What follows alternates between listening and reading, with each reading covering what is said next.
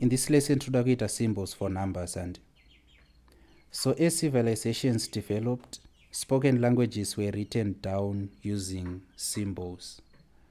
And saka tine two types of symbols for numbers and toda kuisa pasi. Yekutanga 1 2 3 4 and so forth. Then kozouya this one 1 3 5 and so forth. Saka iyi inonzi chi pana anoziva kuti masymbols aya atoshandisa in everyday life aya anonzi chi anonzi maarabic numerals. Then mani mufaro kwari pazasi anonzi chi anonzi maroman. Ndizoka maroman numerals primary zvowanzo kuitwa izvo. Saka aya masymbols atinoshandisa kurepresenta manumbers. And Arabic kureva kuti anobva kupi? Arabia and the Arab world. And Roman, as said, anobva kupi? Italy, Europe. Mazona. Saka because system E ye numbering, which is my Arabic numerals, are easier and more convenient to use, ndo atinoshandisa in mathematics.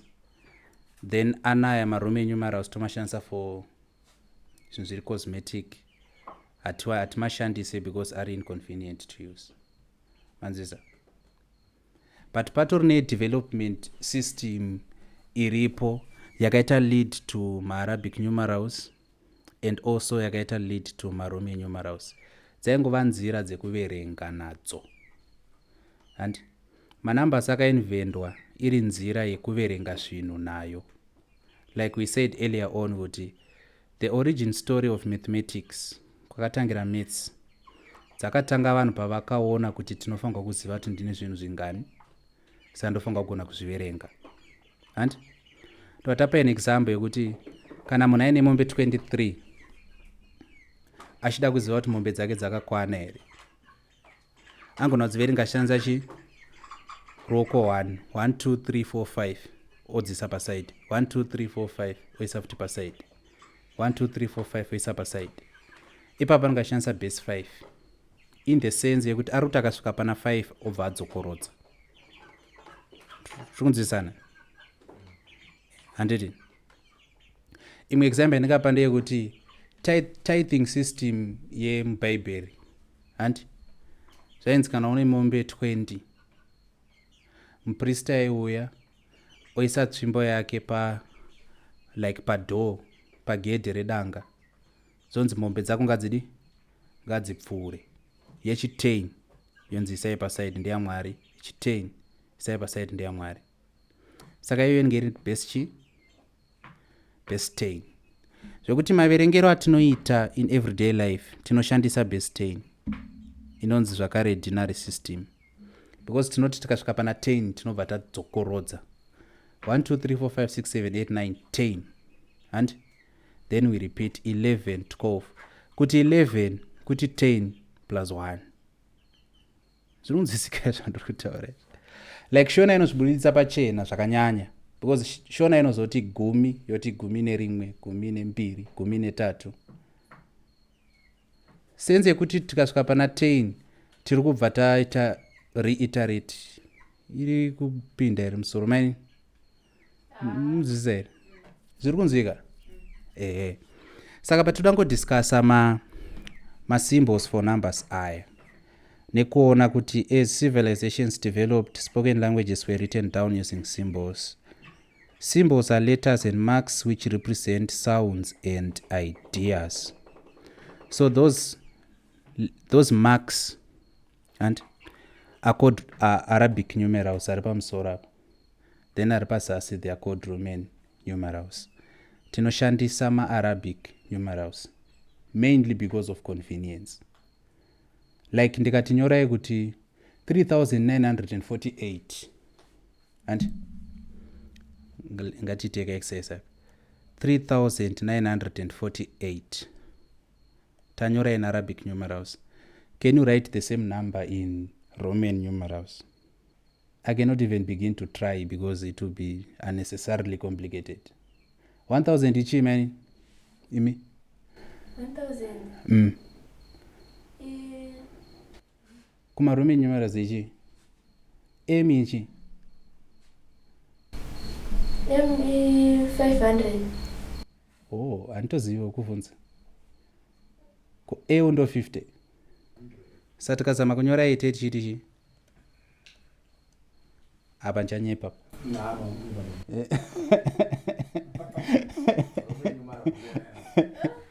like ndoda zama kuratidza complication iripo. It's unnecessarily complicated. Okay, saka numbers were also written down. Manamba akabvepi? Vanhu vakatanga kuda kuverenga ndine zvinhu zvingani. And history dzotaura chi kuti ma-ancient societies aiva communal. Andika hapana aiti ndine changu, zvese zvaibelonga to everyone. And ndopakazoya a system of ownership, and kuti mombe dzangu, mbudzi dzangu dzingani. Vamwe ndo pavaitora zvitanda vachiti anoenda kumombe aine zvitanda 30.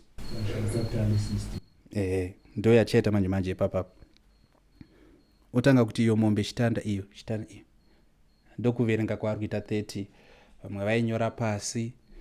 Iri tally system is one of the most ancient ways of counting.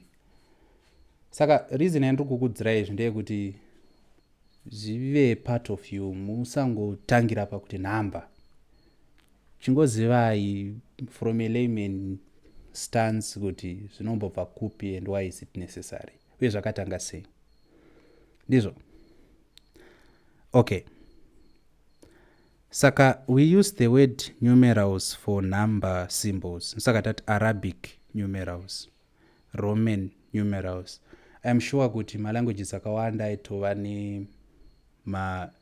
numerals akasiyana. And I think it's owed largely to colonialism, zvokuti we don't know kuti language yedu haina kuzotenderwa kudevelop naturally, yakazo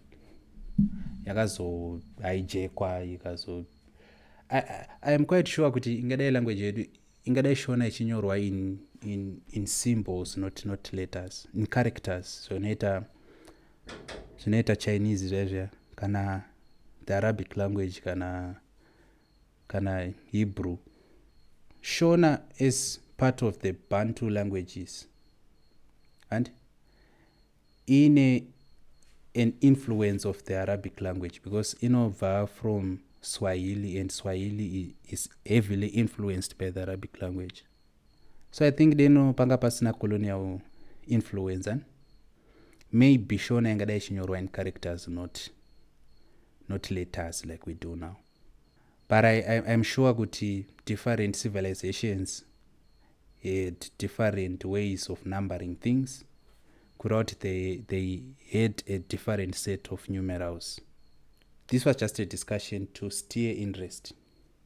But let us now talk about the tally system.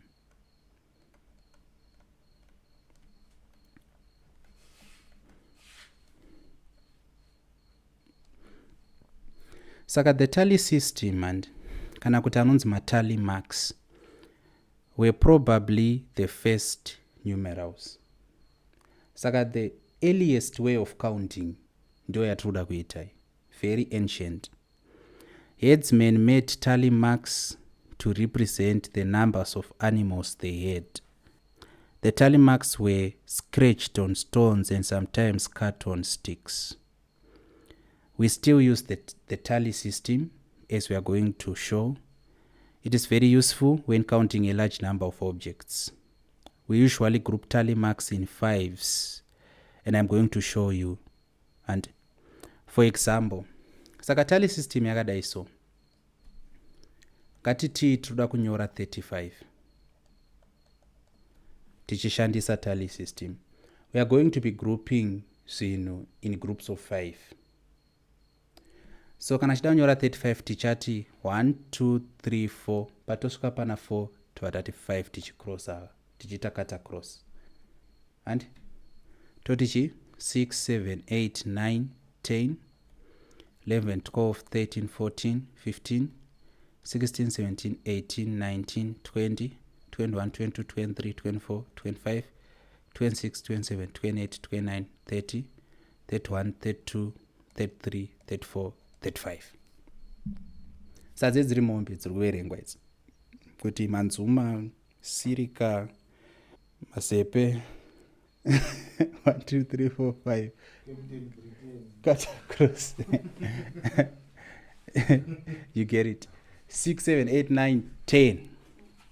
Saka ndo tally system ndo maverengerwo aitwa zvinchero kuno kwakaranga I believe kuti ndo zvazvaitwa wawesh. Sa tally system ndiye primary kai I think tikuinzisa transiza tikaita imwe example let us say toda kuti 13 saka tikuti 1 2 3 4 5 andika 6 7 8 9 10 11 12 13 like that. Tese taona 13 yanyorwa sei? Yeah. Iyi ndo inonzi tally system. Saka the fifth tally is cut across.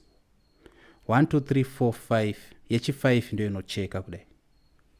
Saka patiri kutoverenga kuti 1 2 3 4 totacheka 5 and 6 7 8 9 10 like that.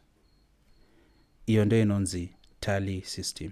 Saka there's going to be a homework made up of 12 questions panapa I'm going to show you after.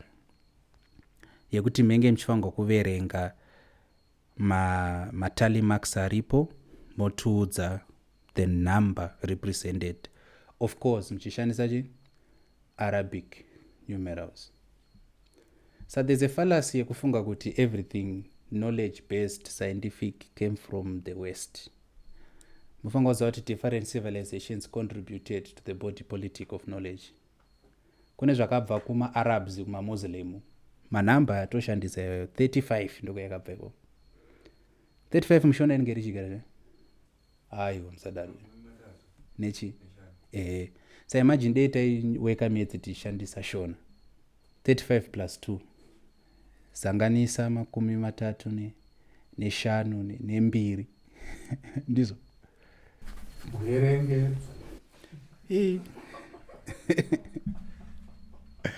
Ndizo rajida gota. Ndio uherenge.